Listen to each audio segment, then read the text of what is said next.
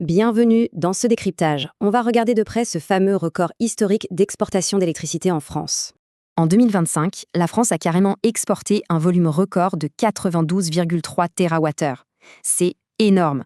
Pour donner une idée, ça dépasse littéralement toute la consommation de la Belgique sur une année entière. Alors le vrai paradoxe, c'est ça. Pourquoi nos factures restent-elles si complexes avec une telle abondance ? Voyons d'abord les trois grands facteurs derrière cet excédent de production absolument massif. Déjà, la production nucléaire a fait un rebond spectaculaire en 2025 avec 373 TWh.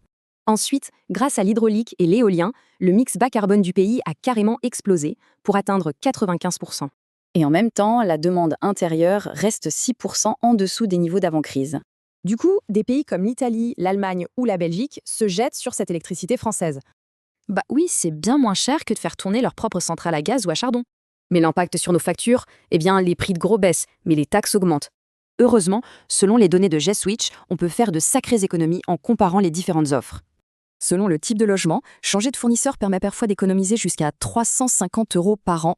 Sauf qu'attention, une énorme transformation du marché approche très vite et ça risque de bousculer cette stabilité. Fin 2026, c'est la fin du mécanisme ARNH. C'est ce qui garantit du nucléaire pas cher aux fournisseurs. La stratégie, c'est vraiment de comparer et de bloquer un tarif fixe pour éviter la volatilité à venir. La France éclaire l'Europe, c'est super, mais nos propres contrats sont-ils vraiment prêts pour l'après-ARNH ?